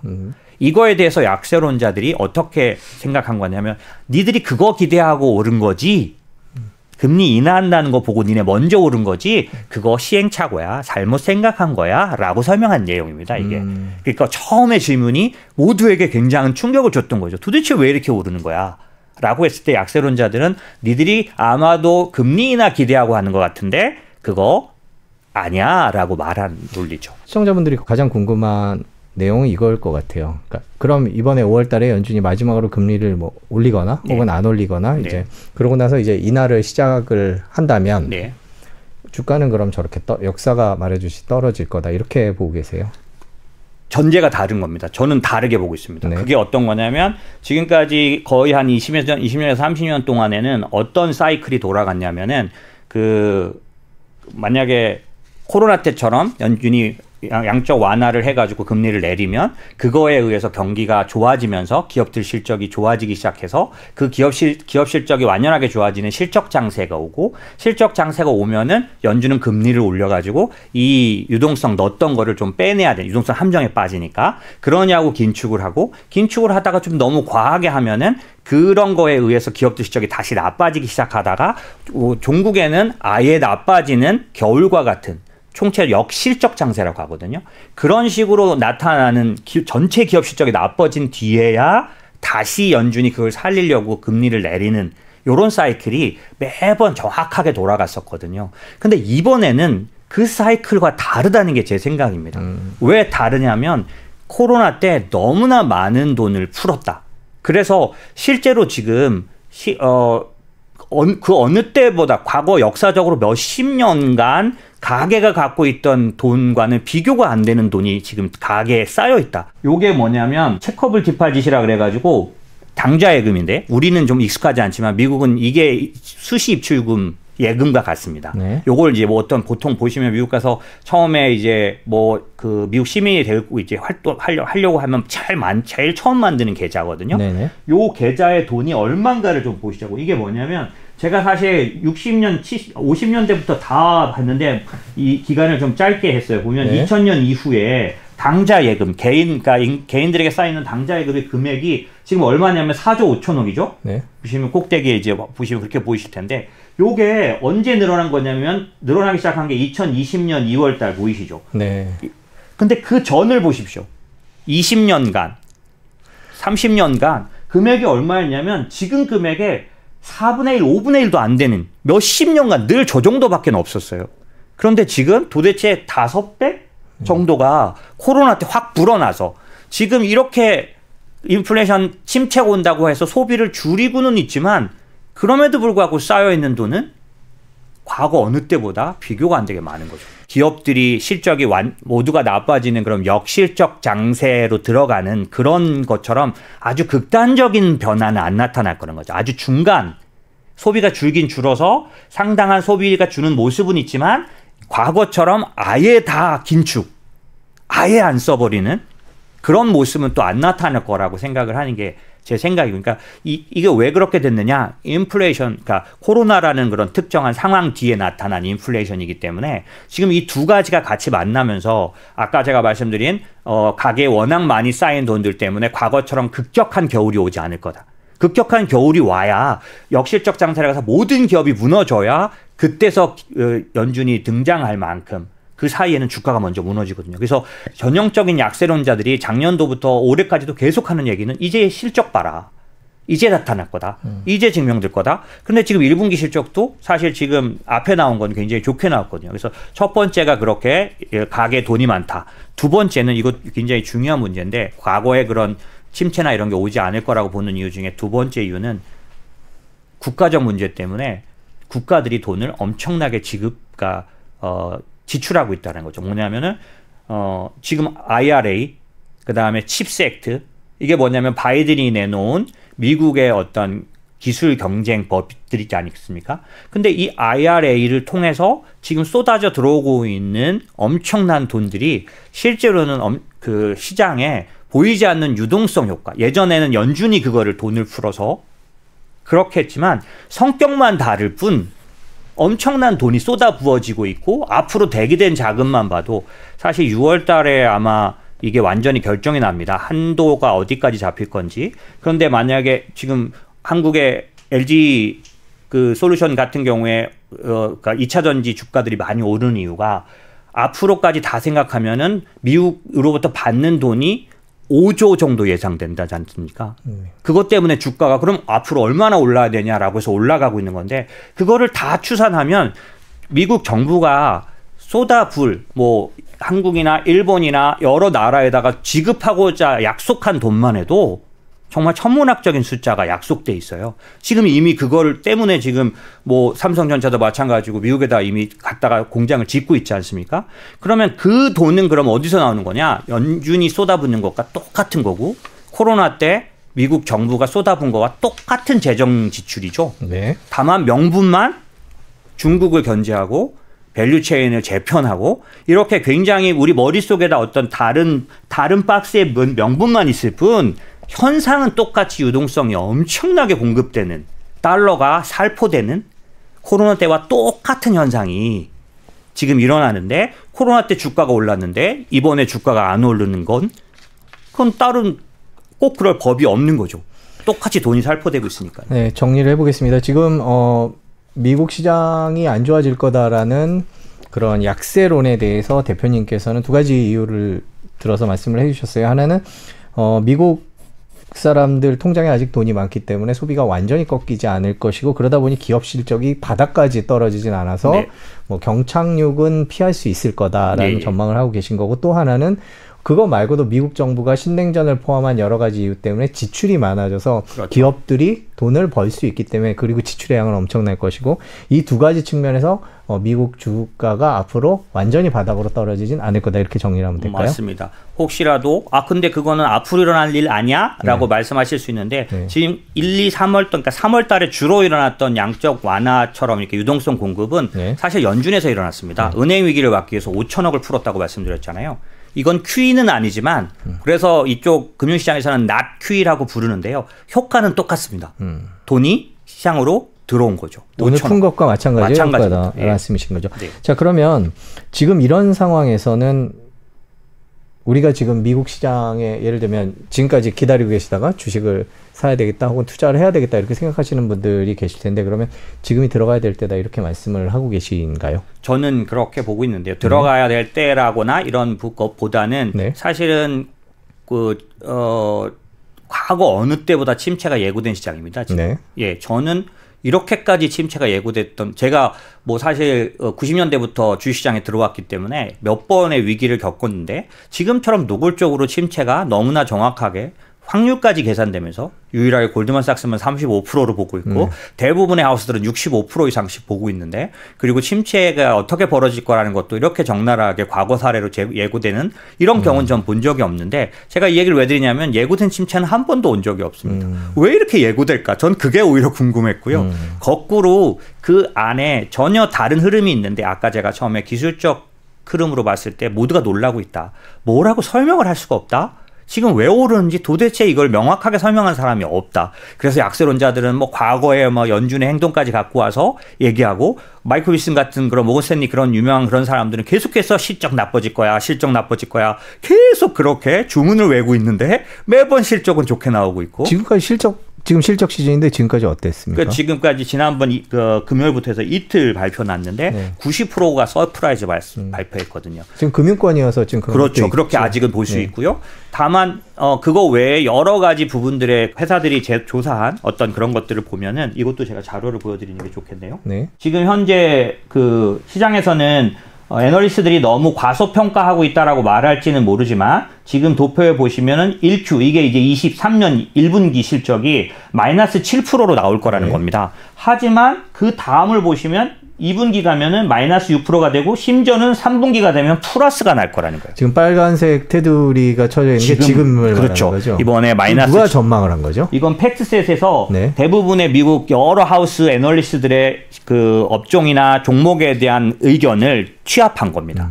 지금 실적이 안 좋은 게 지금이 제일 안 좋을 거다. 제일이라고 생각하는 대표님도 거죠. 이제 그런 의견이 저는 그렇게 생각하고 있습니다. 예, 그래서 저게 아까 말씀드린 전형적인 약세장으로 보면 안 맞는 얘기예요. 왜냐하면 점점점 나빠져야 되거든요. 침체장은 최소 5분기 이상 나빠졌습니다.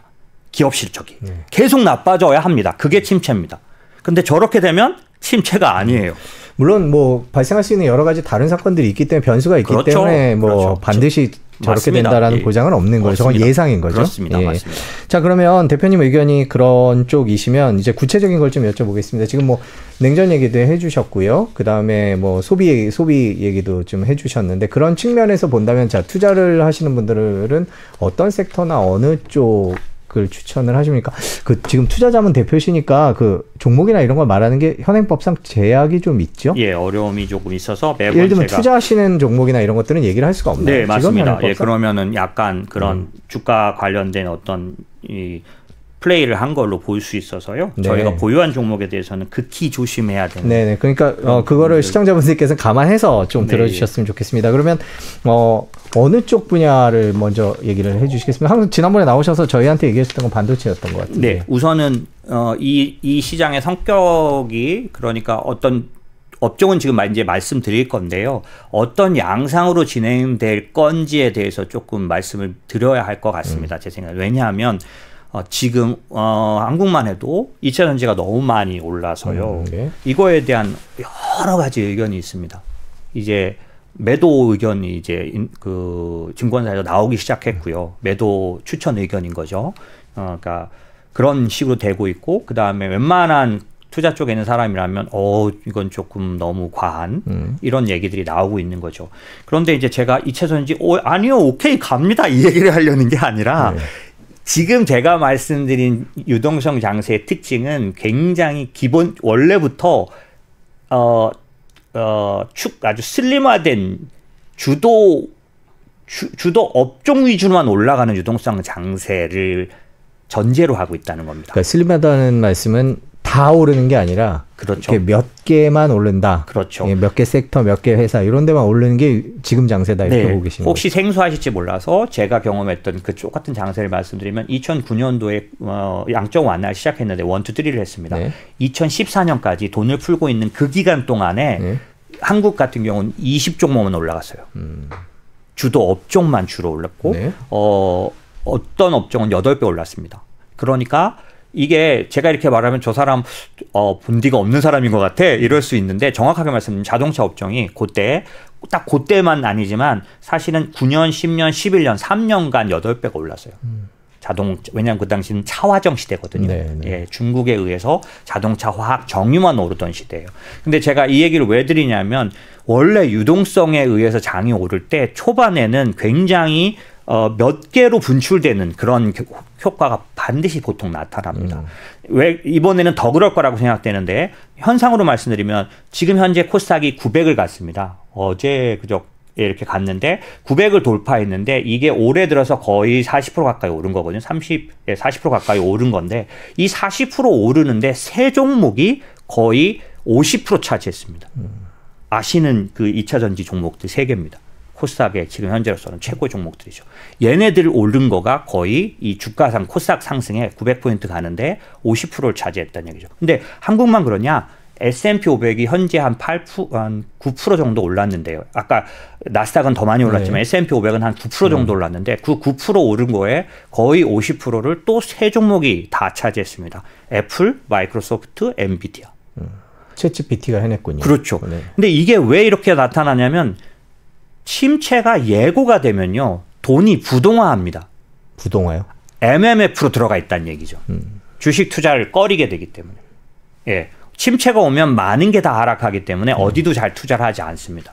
그래서 모여 있는데 확실한 거에만 투자하려는 경향이 있다 보니 확실한 쪽으로만 몰려가는 경향이 있는 거죠. 내가 봐도 이건 확실하게 오를 거야 라고 하는 것들에 집중적으로 몰리는 경향이 있습니다. 유동성 장세의 초기에 그래요. 그래서 아까 2009년부터 14년 정도는 유동성 장세 아주 초기 그랬는데 똑같이 확실한 종목으로 갔고 이번에는 뭐가 확실해 보이냐면 아까 제가 말씀드렸던 밸류체인 재편에 의한 IRA라든지 칩스 액트라든지 이런 식의 그 신냉전에 의한 그런 수의 어떤 법 이게 유럽에도 있고 중국에도 있습니다. 죄송하지만 중국의 반도체주는 막 지금 중국 인덱스 안 좋습니다. 네. 이 상황에서도 90%, 100%씩 올라가 있습니다. 중국의 반도체 기업들. 중국 정부가 투자를 하겠죠. 네, 중국 반도체. 네. 우리가 잘 모르는 중국의 반도체 네. 기업들은 그렇게 올라 있어요. 이게 그러니까 광범위하게 나타나는 지금 유동성의 모습입니다. 물론 중국은 원래부터도 긴축을 안 했죠. 일본도 완화 계속 하고 있었지 않습니까? 이런 데들의 유동성은 무섭게 영향을 보이고 있고요.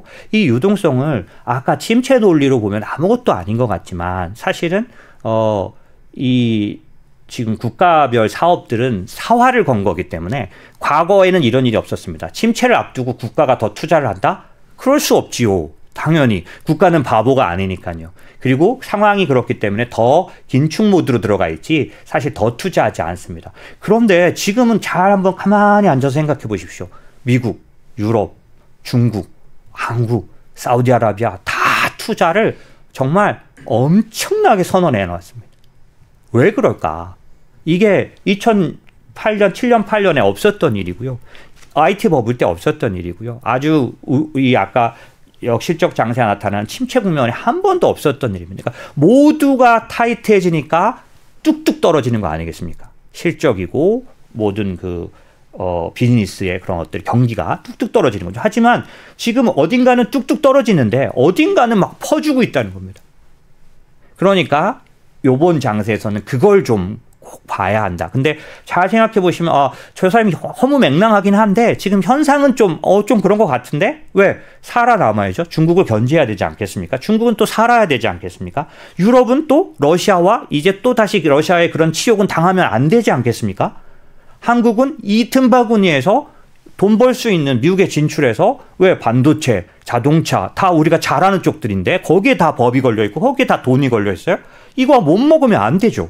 그러니까 지금 모두가 다 그렇게 하고 있는 이 모습이 금융시장에서만 말하고 있는 침체하고 자꾸 약간 충돌하고 있는. 그래서 금융시장 안에 있는 사람들은 침체만 뉴스에만 이렇게 돌아가고 있지만 사실 실물시장은 다른 쪽에서는 굉장히 호황이 발생하고 있고 하나만 더 말씀드리면 그럼 왜 도대체 이 짓을 왜 미국은 하느냐.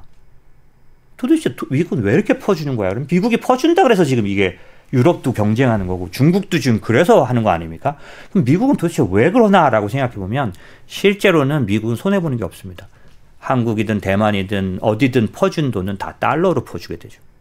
달러가 코로나 때 찍어냈던 돈이 쫙쫙쫙 나가서 실제로 달러 유통이 되고요. 실제 달러의 위상을 높이게 되고 실제로 미국은 GDP 규모가 커지는. 왜? 다 미국 들어와서 하지 않습니까? 거기에 공장 짓고 고용하고 엄청나게 미국의 GDP를 키워주는. 원래 코로나 때 미국이 하고자 했던 과잉으로 82배나 돈을 찍었던 이유는 중국을 완전히 GDP 규모로 눌러버리려고. 그 바로 직전에 사실 GDP 뭐라 그럴까요? 구매력 기준으로는 중국이 따라잡겠다고 막 그랬었거든요. 근데 이번에 완전히 따돌리는 규모로 돈을 완전히 풀기로 하지 않았나? 이렇게 생각해 볼 수도 있죠. 자, 그럼 미국이 패권을 위해서 중국을 이번에 확실히 누르기 위해서 투자를 계속 할 거다. 큰 규모로 할 거다. 하고 있다. 네. 예, 그렇죠. 그러면 지금 뭐 IRA법이라는 게 이제 배터리와 전기차인 거고요. 반도체 액트 얘기해 주셨으니까 반도체. 그러면 이 분야에 투자를 해야 된다라고 말씀을 하시겠습니까? 앞에 논리를 말씀드린 게 2차 전지에 말씀드린 이유가 자꾸 과하게 느껴지실 거라는 거죠. 하지만 이탈하면 안 된다는 거죠. 슬림화된 몇 개의 주도. 그래서 사실은 예전에 제가 한번 강의를 한 적이 있는데 주도 업종 투자를 해야 할 때는 빠른 게 꼭 잘 된 게 아닙니다. 주도 업종을 확실하게 잘 주도 업종이 드러난 다음에 따라 들어가도 안전합니다. 왜? 천정 뚫고 더 올라가니까. 보통은 잠깐 오르고 끝나니까 빨리 캐치하는 게 중요했지만 지금은 확실한 캐치가 더 중요합니다. 확실한 주도 업종이냐, 확실한 주도주냐, 이게 더 중요합니다. 그런 기준으로 놓고 볼 때요. 반도체 얘기부터 좀 여쭤볼게요. 네. 지금 반도체 같은 경우에는 메모리, 비메모리, 뭐 반도체 장비 뭐 여러 가지가 있는데요. 지금 말씀해 주신 기준으로 확실하다 싶은 것들은 어떤 게 있을까요? 사실은 지금 미국의 그런 어떤 국방수권법에 의해서 그런 공개된 어떤 반도체에 대한 그런 세세한 칩셋 안에 있는 내용들은 굉장히 상세하게 되어 있는데 그 안에 있는 그런 것들 중에서 그게 발현되고 있는 거는 챗GPT라는 걸 통해서 지금 이제 더 가시화되고는 있는 거죠. 그런 식으로 구체적으로 이렇게 구체화돼 가고 있는 부분들이 앞으로 이제 나타나게 될 거라고 저는 생각이 들고요. 현재는 저로서는 뭐 반도체 같은 경우에는 예를 들어서 예전부터 말씀드렸지만은 업종으로 투자해야 한다. 워낙 광범위하게 사용되니까. 예를 들어서 지금 GPT-3 같은 그런 어떤 챗GPT 같은 그런 쪽은 아주 아직도 작은 부분이지만 그거가 주가를 먼저 올려놓는 효과에서는 더 먼저 지금 나타나고 있는 거니까 그렇게 생각했을 때 반도체 업종 내에서 어떤 종목을 선택하는 것 자체가 사실 너무 광범위한 어떤 그런 재료 대상이니까 차라리 반도체 업종을 전체를 투자해라라고 했는데 현재도 지금 아직 단계에서는 반도체 업종을 전체를 투자하는 특별히 미국 반도체에 집중적으로 투자를 하는 거는 훨씬 더 메리트가 있을 거다. 왜냐하면 결국 요번에 IRA 요번에 확정된 법도 미국 내에서 제조돼야 되고 뭐 이런 식으로 오늘 이제 발표 났지만 현대차하고 독일 차들, 일본 차들이 떨어진 걸로 나오지 않았습니까? 물론 이제 완전히 끝난 건 아니고요. 이들이 다시 1년 뒤에는 다시 받을 수 있는 상태로 만들 건데 하지만 이런 식으로 돼 있다 보니까 미국 반도체 기업에다 투자하는 그런 ETF나 이런 것들이 제가 보기엔 좋아 보이고 근데 이제 뭐 엔비디아 같은 경우에는 많이 올랐습니다만은 미국 반도체 전체를 갖고 있는 ETF들 같은 경우에 그만큼 많이 오르지 않았거든요. 여기서는 하나 더 말씀을 드려야 될 게 지금 삼성전자에 대한 의견입니다. 삼성전자가 어떤 상태냐라고 하면은 실제로 요번에 감산 발표하면서 최악의 실적 발표한 날 4% 올랐어요. 네. 그 이유인즉슨 이게 이제 바닥을 만드는 거고 저희는 우리나라는 반도체를 워낙 뚜렷하게 갖고 있던 나라다 보니까 여러 사이클을 많이 봐왔어요, 투자자들이.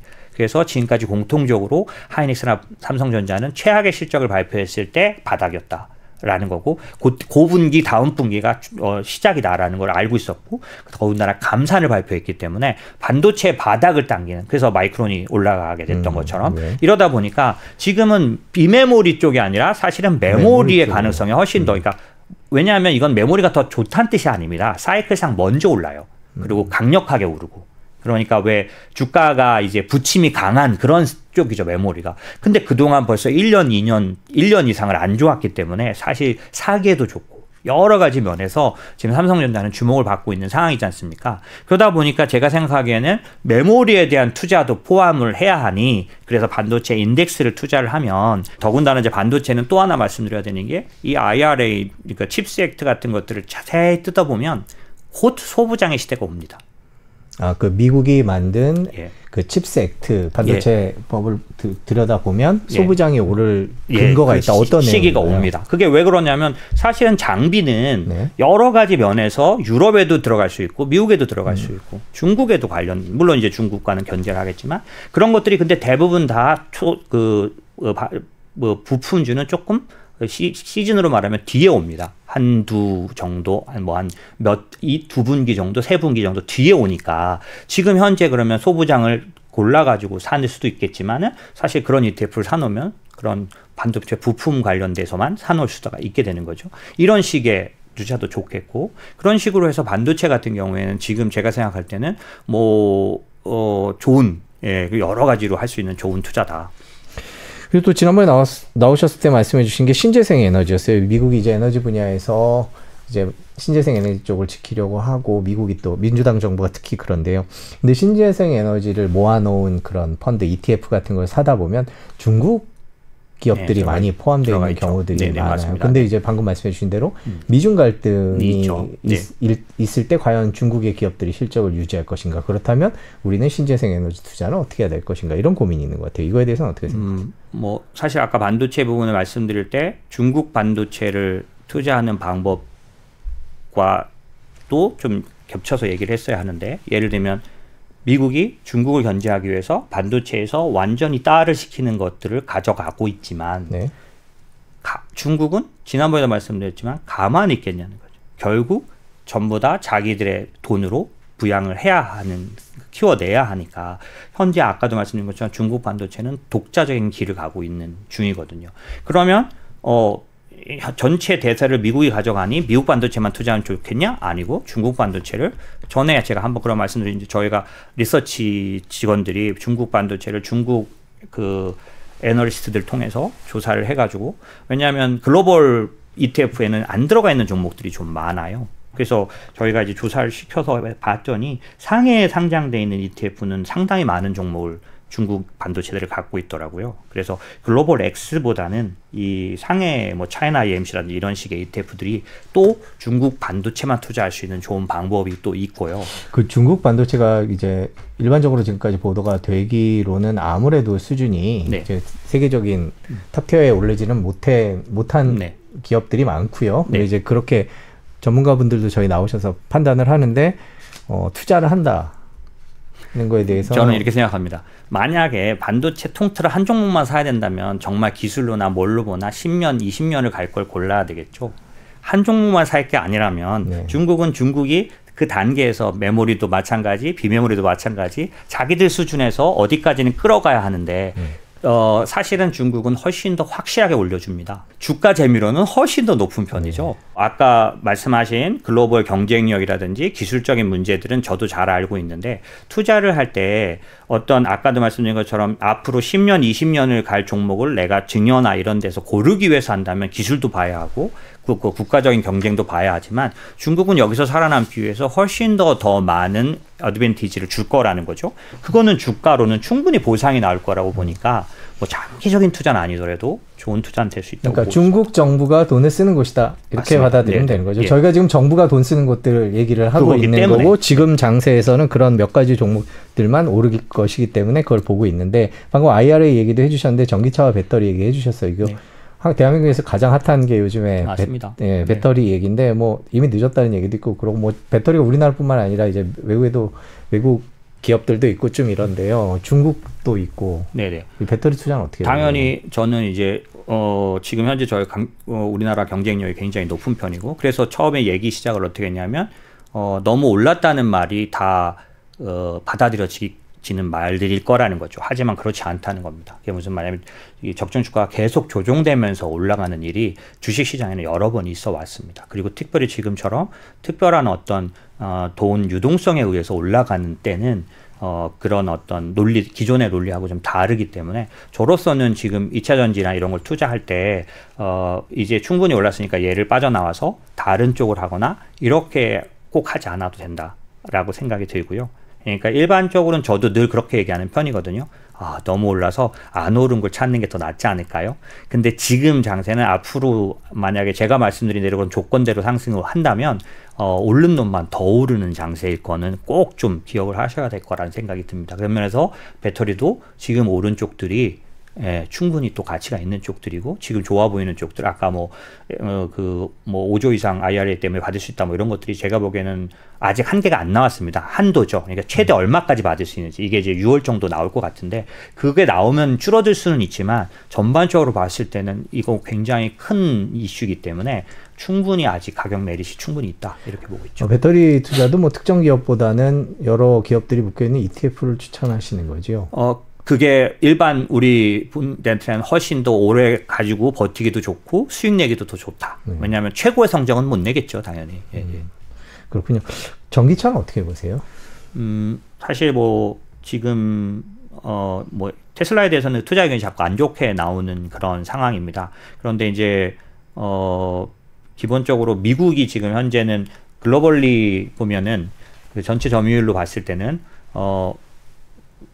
미국이 가장 핫하게 성장하는 데인데 거기에 이제 우리 전기차 관련해서 모든 것들이 다 투입돼 있기 때문에 전기차 관련해서는 뭐 더 말할 필요가 없이 좋은 그런 부분이고. 근데 IRA와 관련된 세부 지침이 나왔는데 그 기사를 보면은 우리나라가 과연 괜찮을까라는 생각이 들거든요. 그에 대해서는 어떻게 생각하세요? 지금 결국에는 이번 미국 정부가 내놓은 거는 뭐 테슬라, 제네럴 모터스 이런 몇 개, 4개 정도의 미국 회사들만 사실상 수혜를 입는 거 아니냐 이런 내용인데 그에 대해서는 어떻게 생각하세요? 올해 이제 지금 기준에서는 탈락했고요. 그게 이제 그 7,500불 받는 거에 조건에서 두 가지 이제 광물도 있고 그다음에 생산지 조건이 있어서 거기에 해당이 안 돼서 그렇게 됐는데 그게 이제 현대차가 주가가 좀 빠졌을 겁니다, 아마. 근데 사실은 현대차만 그런 게 아니고 독일차, 일본차 다 제외됐거든요. 그리고 그 개수로는 독일차가 아마 더 많을 거예요. 그래서 여러 가지 면에서는 사실은 미국만 지금 보호한 거거든요. 사실은 그러니까 뭐 특별하게 더 불리하지 않다 저는 보고 있고 그다음에 그 조건을 맞추는 거는 지금 미국 공장들이 빠르게 지금 완공되고 있기 때문에 그거에 의해서는 충족이 될 거고요. 그다음에 뭐 GV70인가 얘는 이제 약간 배터리만 교체를 해도 배터리 생산국만 바꿔도 이제 해당이 될 테니까 그런 식으로 갈 거라서 사실은 충분히 이 자동차 업종에 대해서 여러 가지 이제 현대차, 기아차가 발표낸 내용들을 제가 상세히 보고 있습니다. 왜냐하면은 2차 전지처럼 경쟁력을 가질 수 있을까라는 면에서요. 저는 좋게 보고 있습니다. 그래서 자동차 업종도 제가 아까 말씀드린 슬림화된 업종들 중에 하나로 저는 들어갈 거로는 보고 있습니다. 그러면 지금 같은 이런 장세에서 대표님께서 말씀하시는 그 각국 정부가 밀어주는 산업에 대한 투자 원리로 보면 논리로 보면 반도체, 2차 전지, 전기차 이 정도. 그거는 뭐 지금 뚜렷하게 나타나는 업종이라고 볼 수 있을 것 같고요. 이게 어느 정도 분명하게 보이는 것들을 외면할 필요가 전혀 저는. 왜냐하면 지금 이미 다 보여졌는데도 불구하고 주식시장에서는 다른 얘기를 자꾸 하니까 전혀 그렇게 보지 않았던 거지 않습니까? 뭐 침체 생각하고 계속 그랬던 거라서 이 지금 현재 주어진 정보만으로도 충분히 좋은 대상 될 수 있다 이렇게 생각하고 있습니다. 그 5월, 6월 이제 뭐 4월은 많이 지나갔는데 올 하반기도 계속 이렇게 상승장이 될 거라고 보세요? 지금 정부가 이렇게 지원을 해서 미국이든 유럽이든 뭐 한국이든 아니면 중국이든 이 그 국가를 걸고 하는 일이니까 이 일은 멈추지 않을 거라고 생각하고 강력하게 이루어질 겁니다. 다만 이거에 의해서 주가가 순탄하게 올라가느냐는 연준에게 달려 있는데 네. 그 연준은 어디에 달려 있냐면 인플레이션에 달려 있습니다. 인플레이션이 조절되는 듯 하지 않으면 초반에 말씀드린 것처럼 연준은 완전 초를 치고 아주 찬물을 끼얹고 욕을 먹는 짓을 할 겁니다.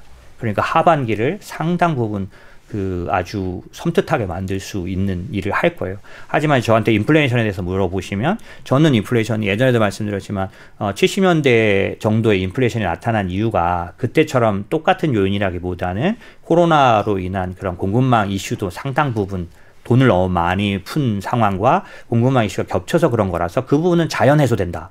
라고 계속 얘기해 왔고 최근 들어서 아주 좋은 뉴스라면 올해 1월 들어서 미국의 CPI에 대한 기준을 약간 통계적인 기준을 바꿨습니다. 1월 달에. 그래서 뭘로 바뀌었냐면 물가 인플레이션 안에 주거비가 차지하는 비중이 더 늘어버렸어요. 자동차는 줄고요. 그래서 현재 근원에서는 한 40% 정도 주거비가 차지하는데 어저께 기준으로 근원 주거비 관련된 지표가 전년 대비 마이너스로 이제 드러나기 시작했습니다. 대표님께서는 이제 그런 긍정적인 얘기를 해주셨는데 그래도 주의해야 될 점은 있는 것 같아요. 눈여겨봐야 될. 분명히 뭐 장이라는 게 그렇게 예상대로 반드시 가는 게 아니니까요. 그렇죠. 우선 가장 중요한 건 시장에서 우리를 굉장히 공포스럽게 만들 일이 대기하고 있다.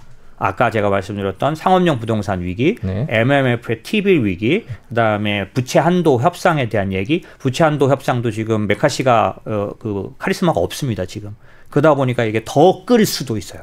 협상이 안 되고. 네, 미국 정치권. 예, 그래서 디레이 라인이 더 뒤로 가버리면 네. 실제 문제가 생길 수 있습니다. 그래서 이런 것들이 터질 때마다 시장은 아예 이제 본격적인 하락 국면처럼 보일 수 있는데 이거에 굴하지 말고 오히려 이때 늘리거나 버티거나 해서 오히려 투자의 기회로 삼아야 되는데 그러려면 지금 말씀드린 것처럼 이 침체의 논리를 그런 내러티브를 갖고는 쫄려서 못하죠. 그래서 저는 오늘 생뚱맞은 얘기를 드려서 제가 아마 욕을 많이 먹을 겁니다. 그래서 뭐 왜냐하면 뭐 지금 뭔 소리를 하는 거냐 이럴 수 있는데 네. 이런 내러티브도 있다는 거를 제가 네. 한번 말씀을 드릴게요. 아니 저희가 이제 나스닥에 올 들어서 17% 오른 거에 대한 분석을 하다 보니까 아무래도 긍정적인 내용이 네, 많았고 네. 또 위기 얘기도 해주셨으니까요. 마지막으로 미중 갈등이 전체적인 자산시장에 미칠 영향은 어떻게 보십니까? 지금보다 점점점 더 심각해지기는 하겠죠. 하지만 일시적으로는 둘 다 플러스 효과를 낼 것 같습니다. 무슨 얘기냐면 미국도 중국도 생존하기 위해서 더 강력하게 부양으로 반응할 것 같고요. 다만 부양의 색깔이 옛날처럼 그렇게 금리 내리고 아주 전체적인 부양이 아니고 지금은 중국에서 어느 쪽만 올라가냐면 국영기업만 올라갑니다. 무슨 얘기냐면 확실한 라인으로 돈을 풀고 있다는 얘기죠. 그래서 그런 쪽들에 대해서는 과거 어느 때보다 더 확실한 어떤 승률을 볼 수 있는 투자를 할 수 있을 것 같고요. 미국 같은 경우에도 중국이라는 그런 어떤 명분 때문에 훨씬 더 많은 그 돈을 푸는 집행을 할 수 있을 거라고 생각이 들고 거기에 수혜를 입는 사실 보이지 않는 업종들이 굉장히 많아요. 예를 들면 챗GPT 그러면 엔비디아만 보시지만 제가 아까 주도 업종 말할 때 뭐 엔비디아만 사야 되는 것처럼 말씀드렸지만 실제로는 클라우드 관련된 소프트웨어 업종은 굉장히 좋은 상황이에요. 뭐 몇 종목은 제가 지금 막 말씀을 드리고 싶은데 네. 그럴 정도로 지금 아주 좋은 상황으로 가고 있거든요. 그러니까 그렇게 돈이 움직여서 올리지만 대표 종목이 아니고도 그 뒤에 있는 그러니까 클라우드면서 소프트웨어인 그런 데들 개발자들이 주로 사용하는 그 앱만 만드는 그런 회사들 이런 데들은 그 챗GPT가 그냥 엄청난 매출을 가져주거든요, 지금. 뭐, 그런 것들이 그냥 다 보이는 종목들은 상당히 강하게 올라가고 있거든요. 그래서 지금 제가 말씀드린 것처럼 그런 식으로 주식 시장에는 적어도 정치적으로는 상당히 험악하게 갈 것 같지만 주시장에는 오히려 더 양쪽 다 플러스 효과를 줄 수 있다. 예, 저는 그렇게 생각합니다. 네, 뭐 저희들이 고민해야 될 요인들이 너무나 많기 때문에요. 저희가 그때 상황 발생할 때 또 모셔서 뭐 곧 FOMC도 있으니까요. 또 모셔서 얘기 듣도록 하겠습니다. 오늘 긴 시간 고맙습니다. 네, 감사합니다.